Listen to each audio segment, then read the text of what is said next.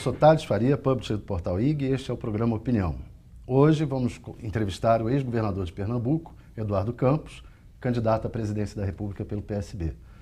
Me acompanha o Rodrigo de Almeida, diretor de jornalismo do IG. O nosso convidado de hoje é o Luiz Nassif, blogueiro do Igler. E temos também a diretora da sucursal de Brasília, Clarissa Oliveira. Governador, o Pernambuco tem cerca de 6,5 milhões de eleitores. Minas Gerais, 15 milhões. Se calcular mais ou menos que o senhor e o Aécio Neves tenham um desempenho semelhante em seus estados, há uma diferença aí de uns 4 milhões de votos a ser tirado entre o senhor, entre o candidato presidencial que vem de Pernambuco e o candidato que vem de Minas Gerais. Além disso, o senhor e o Aécio estão muito semelhantes. O Aécio apoiando o seu candidato, João Câmara, ao governo de Pernambuco, e o senhor apoiando o candidato do PSDB a governador de São Paulo, o Alckmin. Queria saber duas coisas. Uma, o que o senhor vai fazer para tirar essa diferença? E a outra é, o que há de diferente entre o senhor e o Aécio Neves? O que há de diferente, você sabe, Thales. Você conhece a nossa história, você cobriu o Congresso Nacional e durante todo esse período que vivemos no Congresso, você viu Aécio na base de sustentação do presidente Fernando Henrique. Eu fazia parte da oposição ao presidente Fernando Henrique. O Aécio participou do governo Zé Sarney. Eu não participei do governo Zé Sarney, eu participei do governo do presidente Lula. No primeiro mandato do presidente Lula, depois fui governador. O PSDB tem um pensamento político conhecido no Brasil e o meu partido tem um pensamento conhecido. Agora, isso não pode ser confundir essas trajetórias de vida distintas que se aliam em momentos importantes da história. Nós estivemos juntos na redemocratização, mas estávamos todos. Estavam lá na luta pelas diretas o Tancredo, o Arraes, o Lula, o Brizola, o Montoro, o Covas. Dali em diante, nós não tivemos mais nenhuma participação no mesmo projeto nacional, juntos. Agora, em alguns estados, nossos partidos fazem aliança. Isso é da tradição da democracia recente brasileira. Você tem alianças, inclusive, com o próprio Partido dos Trabalhadores, o PSDB, em muitas cidades pelo Brasil afora. Agora, nós estamos falando para o Brasil agora, o projeto nacional do Brasil, falamos de questões distintas. Por exemplo, o Aécio colocou a questão da flexibilização de direitos trabalhistas num determinado momento. Eu me coloquei claramente que não vamos corrigir o Brasil, o rumo errado que ele pegou, o baixo crescimento, tudo que há de necessidade de recolocar o Brasil no caminho certo, começando a pauta por retirar direitos dos trabalhadores. Ou seja, temos muita...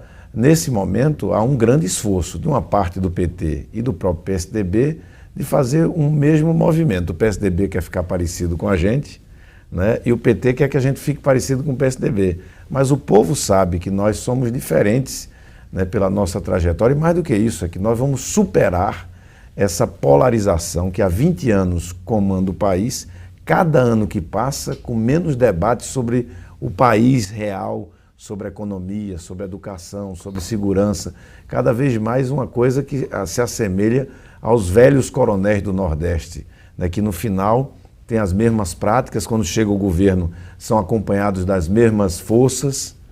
Governador, só para aprofundar um pouquinho essa questão das diferenças, que dentro do seu grupo tem um pensamento econômico, digamos, que é representado pelo Dr. Roberto Amaral e outros, e tem dentro da aliança com ex-ministro Marina Silva, tem o André Lara Rezende, tem Eduardo Gianetti, que tem uma posição, digamos assim, mais liberal, mais mercadista.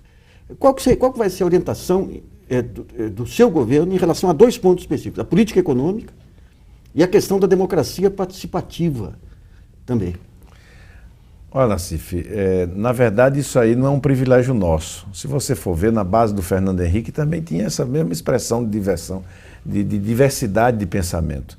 Na base do próprio presidente Lula também tinha essa diversidade de pensamento. Eu acho que é muito bom que a gente tenha na nossa base pessoas que não concordam, que exercício de um debate. A nossa política macroeconômica, ela precisa ter uma preocupação central, que é retomar a confiança do Brasil no Brasil, né? Hoje há um ambiente de quebra da confiança, né? O Brasil vive um momento, vamos fechar o 4º ano, com o menor crescimento da história republicana esses 4 anos. Temos um problema.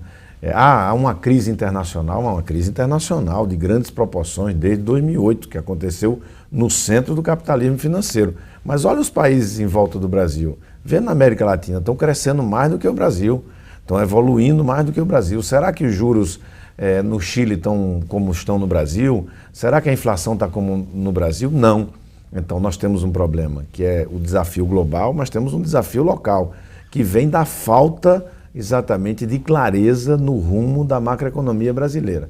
Nós queremos governar o Brasil com regras claras, com um bom ambiente para que as pessoas possam empreender, apostar no Brasil, os daqui e os de fora, que a gente possa ter a inflação contida no centro da meta dos 4,5% nos próximos 4 anos, que a gente possa ter crescimento econômico, que não pode ser nessa mediocridade que está hoje, que a gente possa ter juros em classe mundial, e para isso é preciso ter uma governança responsável, ter Banco Central independente sim, porque isso deixa, às vezes, um campo político nosso, progressista, vem Banco Central independente, mas deixa também muito banqueiro de orelha em pé, né? Nós temos que ter conselho de responsabilidade fiscal, para quê?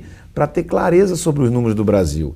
Hoje a gente sabe, muita gente escreve aí contra o Bolsa Família, por exemplo, que atende 14 milhões de pessoas, 21 bilhões. Aí a gente não vê as pessoas com essa mesma clareza saber quanto custa o subsídio a juro no Brasil, né? Ou seja, para que a gente tenha clareza nos gastos públicos, fazer as opções que temos que fazer. Nós temos que fazer uma opção central pela inovação, pela ciência e tecnologia, pela educação em tempo integral e integral também a educação, pela universalização das creches, essa política econômica que olha o Brasil em perspectiva. Eu tenho também uma formação política de quem veio da luta social brasileira, de quem veio de governos que fez da participação popular um exemplo na gestão pública. O meu governo em Pernambuco, ele foi premiado pela ONU por um modelo de gestão exatamente por participação popular, que é o Todos por Pernambuco. Quais são os instrumentos que você tem de participação? Nós temos diversos conselhos regionais, formulação do PPA e da lei orçamentária a partir desses conselhos regionais e setoriais, as grandes assembleias para o debate dos investimentos nas áreas de investimento. Temos o mecanismo do portal da transparência, com as metas sendo acompanhadas pela sociedade e por esses conselhos, e essas metas batidas representam também a possibilidade de uma remuneração variável para os servidores públicos e para a política de promoção na carreira. Ou seja, você alia a participação popular com a valorização do serviço público e do servidor público. Mas concretamente, em termos de política econômica, o que muda no seu governo? Assim, em termos de ação concreta, por exemplo, tripé da política macroeconômica do governo Fernando Henrique para cá não se modificou. O que exatamente o senhor imagina? Né? Em tese, num determinado momento, no governo da Dilma, parecia que o tripé estava sendo abandonado, né, como política macroeconômica, sem se dizer claramente que estava sendo abandonado. Então, nós temos o compromisso com o tripé, entendendo que não é só o tripé a política macroeconômica, você precisa melhorar a produtividade da economia. O tripé por si só não vai melhorar a produtividade da economia, o tripé por si só não vai responder ao desafio que o Brasil vive hoje, que é a desindustrialização. Agora, em 2013, a indústria de transformação no Brasil chegou à mesma expressão que tinha em 1955. Ou seja, nós precisamos do tripé para ter as regras claras para os agentes econômicos, mas precisamos de mais do que isso. Precisamos de uma política articulada que leve a produtividade do Brasil à frente, numa crescente. Isso passa por infraestrutura, passa por educação, passa por inovação. Mas voltando um pouco, voltando um pouco à forma como o senhor se diferencia dos seus adversários, o senhor continua fazendo um discurso que lembra muito o que está acontecendo no atual governo, ou ao menos o discurso que o atual governo faz. O PT costuma argumentar que um dos calcanhares de Aquiles da sua campanha seria a dificuldade de se colocar, se vai ser oposição ou se é a favor do governo Dilma, porque já foi integrante do governo do PT. O senhor vive esse dilema de como se posicionar, ou o senhor diz claramente, eu sou oposição a esse governo que está aí, ou eu sou situação? Não, na minha vida toda eu sempre tive posições muito claras, né? Muito claras e assumidas, em momentos difíceis, inclusive assumir posições sempre. Essa é da minha tradição política, histórica, né? Nós nunca vacilamos na posição. A nossa posição muito clara foi de divergência com a condução do país sobre a liderança da presidenta Dilma, a presidenta que nós ajudamos a eleger, que tinha um compromisso de melhorar o Brasil, e é ela exatamente a única presidenta no ciclo democrático brasileiro que vai entregar o Brasil pior do que recebeu. Ela está na origem do seu rompimento com... Ela vai entregar o país pior do que recebeu. O presidente Itamar Franco, que concluiu o mandato do Collor, entregou um Brasil melhor do que recebeu do Sarney. O presidente Fernando Henrique, cujo governo não participei, eu era da oposição e tenho que ter a maturidade de reconhecer, entregou o Brasil melhor do que recebeu de Itamar. O presidente Lula entregou o país muito melhor do que encontrou do Fernando Henrique. E a presidenta Dilma, todo mundo sabe disso, até o PT sabe disso, vai entregar o país no dia 1º de janeiro, numa situação muito mais vulnerável do que encontrou na economia, na sustentabilidade, na segurança pública, nos diversos aspectos. Nós marcamos a nossa divergência. Aliás, nós não somos obrigados a ficar num governo. Tem muitos partidos querendo ser governo, estar no ministério. Nós somos um partido que tem 60 anos, que temos o direito democrático de oferecer à sociedade as nossas propostas. Quem vai julgar é a sociedade. Agora, em termos de propósito, vamos pegar. O senhor faz crítica aí à falta de transparência das contas públicas, que tem uma unanimidade aí. Agora, em relação ao como fazer, por exemplo, a independência do Banco Central significa o Banco Central poder utilizar os juros como ferramenta única para combater a inflação. Em relação, isso aí contrasta, digamos, com toda a política de incentivo à indústria que pressupõe deixar um câmbio mais solto. Por exemplo, o senhor fala em questão de subsídio aos juros. Realmente não é transparente, mas hoje é uma pedra fundamental do financiamento de indústria. Mas como compatibilizar essas duas questões? Por exemplo, como que seria o BNDES no seu governo? O que balizaria a atuação do Banco Central no seu governo? Olha, Nassif, a gente não pode ficar achando que só e unicamente o Banco Central vai dar conta da inflação. Se o governo não tem um comportamento fiscal que ajude a política monetária, se o governo não tem regras claras em setores estratégicos para alavancar o investimento, se o governo não faz o seu dever de casa em todas as outras áreas, ficar só o Banco Central como último zagueiro, acontece o que está acontecendo hoje, né? Ele tem que fazer os juros do Brasil, os seus juros mais caros do mundo. O nosso governo vai ter um BNDES valorizado, apoiado. O BNDES tem grandes quadros, é uma grande instituição brasileira, foi utilizada em 2009 e 2010 pelo governo do presidente Lula para socorrer a crise de liquidez no Brasil, quando a banca privada não cumpriu ali o seu papel. Agora, nós não podemos achar que o BNDES pode fazer a sua atuação de uma crise, a atuação que foi própria para um momento de crise, ser a atuação para todo o tempo. Por que não pode? Porque o Tesouro Nacional não aguenta também, as contas públicas não aguentam carregar 30, 40 bi de subsídio nos juros no BNDES, exposto a empréstimos em título do Tesouro na casa dos 400 bilhões. Então, é necessário valorizar o BNDES para que ele seja um agente importante do desenvolvimento do crédito de longo prazo, mas nós precisamos ter outros instrumentos de financiamento de longo prazo no país. Governador, desculpe. O senhor já falou que no seu governo não terá figuras antigas da política como Zé Sarney. Hoje o PMDB é comandado por Renan, pelo Henrique Eduardo Alves e pelo Eduardo Cunha. Este PMDB atual vai estar no seu governo? O senhor aceitará este PMDB atual no seu governo? Esse PMDB está no governo de Dilma, portanto, ele tem um compromisso firmado com a presidenta Dilma. O PMDB que está conosco é o PMDB de Pedro Simon, é o PMDB de Jala Vasconcelos. Mas todo governo, este PMDB procura se aproximar. Eu acho que a gente precisa no Brasil começar a fazer mais e mais a política lastreada exatamente num pensamento, num programa. É isso que nós queremos fazer. Se isso é rotulado como sonhador, não dá para fazer. Eu via muita gente também dizer que estudante na rua não ia derrubar os generais. E os estudantes na rua, mais uma quantidade de coisa, esse PMDB? Conseguiu construir a democracia. Nós vimos muita gente achar que a hiperinflação no Brasil era uma realidade, era isso mesmo e acabou. E a gente viu o Brasil, eu vi muita gente dizendo que o Lula não ia conseguir presidir o Brasil. Conseguiu presidir o Brasil. Eu acho que é possível presidir o Brasil fazendo a aliança entre as pessoas sérias, comprometidas com uma boa governança no setor público. Esse lado do PMDB o senhor não classificaria como parte... Esse lado do PMDB vai estar na oposição do nosso governo. Pode ficar certo disso. Dá para governar sem o velho PMDB. Renan Calheiros, Henrique Eduardo Alves e Eduardo Cunha. Há pouco eu falava do presidente Itamar Franco. Vocês viram o presidente Itamar Franco aprovar toda a legislação do Real e para isso não foi preciso fazer exatamente os movimentos que, infelizmente, a presidenta Dilma, que nós entendíamos que ela, pelo seu jeito mais durona, né, pela sua formação, pela sua caminhada, ela ia melhorar a qualidade da relação com o Congresso Nacional. E ela terminou se entregando a essa velha política.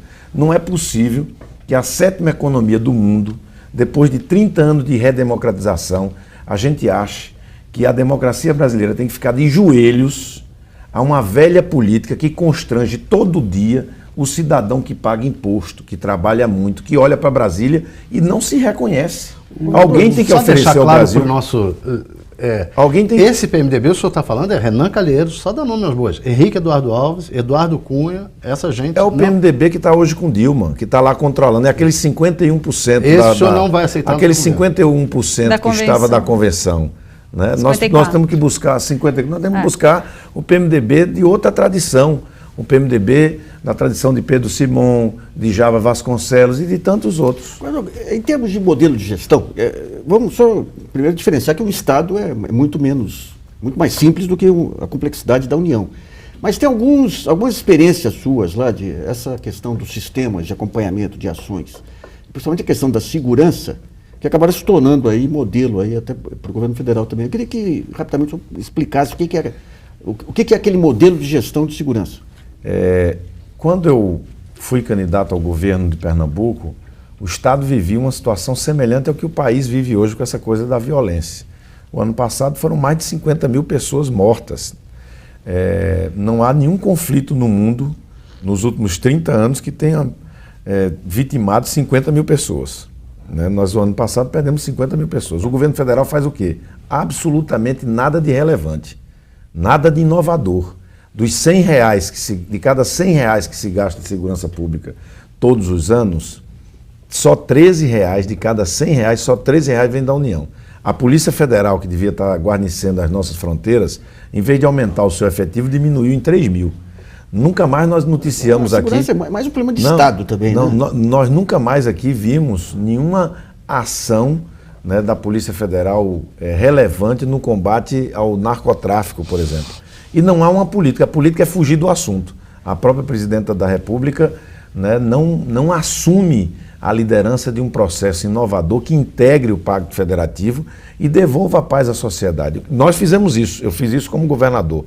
Fizemos um pacto com a sociedade, com o movimento social, o movimento de direitos humanos, com o Ministério Público, Judiciário, prefeitos, órgãos de imprensa, para um programa chamado Pacto pela Vida, que vai da cultura de paz, a prevenção social nas áreas mais duras, com educação integral, com valorização da cultura e do esporte, com todo um processo de aproximação dos serviços públicos de realidades duríssimas de violência e, de outro lado, também de uma política de polícias mais qualificadas, treinadas, que trocam a força pela inteligência, que desbaratam organizações criminosas que muitas vezes têm a presença da própria polícia.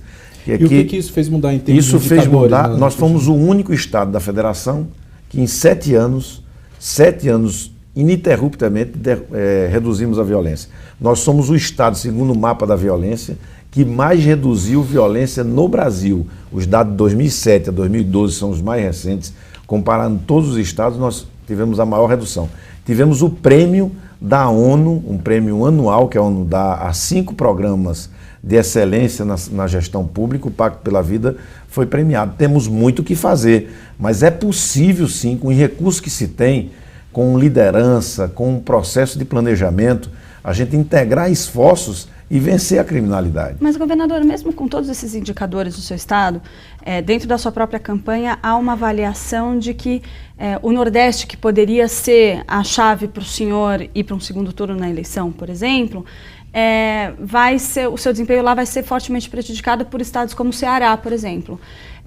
Ali houve uma ruptura aí dos irmãos Gomes com vocês e eles pretendem caminhar aí com a presidente Dilma Rousseff.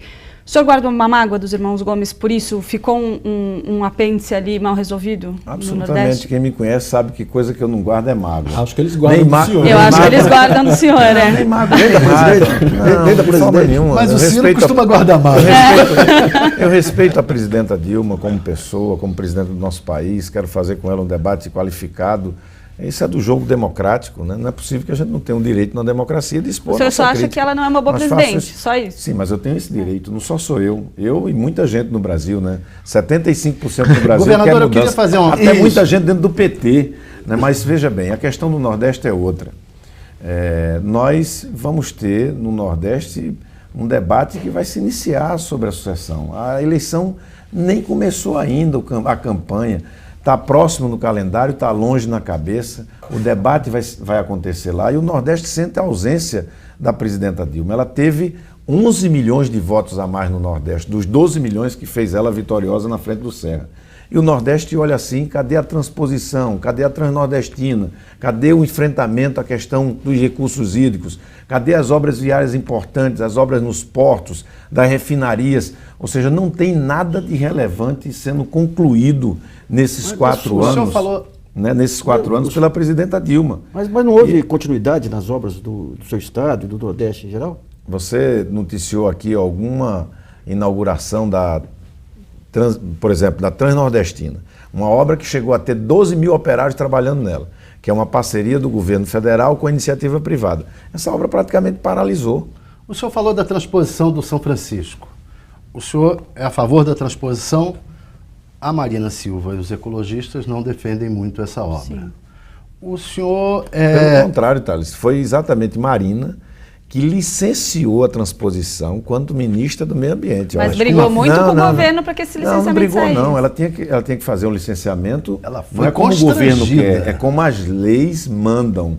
Não é que ela foi constrangida, ela fez o licenciamento e hoje nós temos um debate intenso que é preciso dar conta da obra da revitalização do São Francisco. O pessoal do Comitê de Bacia Hoje, do São então, ela Francisco... é favorável à transposição? Não, todos são, né, que fizeram o licenciamento. Mas Agora, o licenciamento Não, mas ela disse obriga... que ela defende a obra, ela acha que a obra é positiva, porque havia uma discordância. Ela disse ao país quando ela licenciou a obra da transposição. Mas, governador, licenciar a obra é uma coisa, ser a favor da obra é outra. Não, licenciar a obra e é importante que a obra fosse feita, claro, agora dentro dos cuidados com o rio. Cuidados esses que precisam ser retomados. Nós estamos vivendo um período que torcemos para que se acabe, da maior estiagem dos últimos 70 anos no semiárido nordestino. E você pode ver lá como é que andam as obras, por exemplo, da revitalização do São Francisco. Chama o pessoal do Comitê de Bacia do São Francisco aqui para uma entrevista, para ver o que é que eles acham do governo da presidenta Dilma. Governador, há outros temas ainda. Por exemplo, a Marina é contra a questão da energia nuclear e o Roberto Amaral, que é vice-presidente do PSB, já declarou várias vezes que é plenamente favorável a isso, e eu acho que o senhor também, porque o Ministério da Ciência e Tecnologia, cujo último ministro tinha sido indicado pelo senhor, também foi, o Sérgio Rezende, também foi, além da questão nuclear, tem a outra questão dos transgênicos. Eu estava lendo um artigo do Jean-Marc von der Weyde, que foi presidente da UNE, é uma liderança ecologista, ele dizendo que o senhor defendeu a importação de milho transgênico por causa dos avicultores de Pernambuco. E a Marina é contra. Você não acha que isso vai ser um problema? O senhor continua a favor dos transgênicos, não? Porque nós formamos uma aliança em torno de projetos de um projeto para o país, né? Se temos divergência, podemos ter em relação a alguns pontos, mas temos uma grande unidade. É que o Brasil precisa da nossa unidade para que ele possa mudar e mudar para melhor. Nós precisamos unir o Brasil. Nós queremos ver o país com uma matriz energética renovável. O que é que acontece hoje no Brasil? O problema no Brasil é se na minha base tem alguém que é a favor da energia nuclear e outro que não é a favor. Esse não é o problema do Brasil. O problema no Brasil é que a presidenta da República, que há 12 anos manda no setor elétrico brasileiro, assistiu a maior empresa deste país de energia, a Petrobras, perder a metade do seu valor, afundar numa crise, inclusive ética, como ela hoje está lá, constrangendo muita gente na Petrobras. O grande problema é o sistema, todo o etanol que hoje foi tão incentivado pelo Lula, que está 40 empresas fecharam, usinas fecharam. O grande problema hoje, a gente vê 58 bilhões sendo gastos no sistema elétrico brasileiro. O sistema elétrico brasileiro chegou na sua maior crise. Esse é que é o problema. Esse é o problema, é a falta de clareza na governança do setor elétrico. O Conselho Nacional de Política Energética não se reúne. Foi prorrogado pela medida provisória o mandato do Observador Nacional, do Operador Nacional para o 3º mandato. As reuniões de controle do nível das barragens é feito de maneira secreta. Esse é que é o problema. Esse é que é o risco, é tomar dinheiro emprestado. É tomar dinheiro emprestado da sociedade, como, dizendo assim, a distribuidora de energia, se endividem em 20 bilhões, que quando passar a eleição eu vou aumentar a tarifa de energia. Esse é que é o problema. Mas claramente, o senhor é a favor da energia nuclear? Eu acho que nós temos alternativas antes da energia nuclear, renováveis, suficientes para ficarmos com a expressão que já temos hoje, Angra 1, 2 e 3, que é exatamente o que tem no plano. É o que tem no plano decenal do setor elétrico. Eu, como presidente da República, vou definir já em 2015, com a ausculta à sociedade, a matriz energética que nós queremos ter. Nessa matriz, nós queremos energia de fonte hídrica, queremos energia solar, que hoje não tem, energia eólica, que não temos, energia de biomassa, que não temos, inclusive licenciando barragens, sim, mas fazendo como esse licenciamento? Pensando aquela bacia hidrográfica como um todo, não é projetinho a projetinho. É uma visão. A Amazônia entra nesse campo? Nós precisamos deixar de ter projetos pontuais na Amazônia que não compreendem a realidade daquela bacia como um todo. Qual é a realidade como um todo?